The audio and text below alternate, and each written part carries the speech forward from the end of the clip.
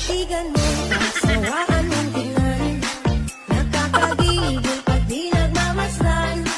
Kung sumayaw, talagang nakakawindang. Ang mga galaw niya nakakaali. Titigan mo,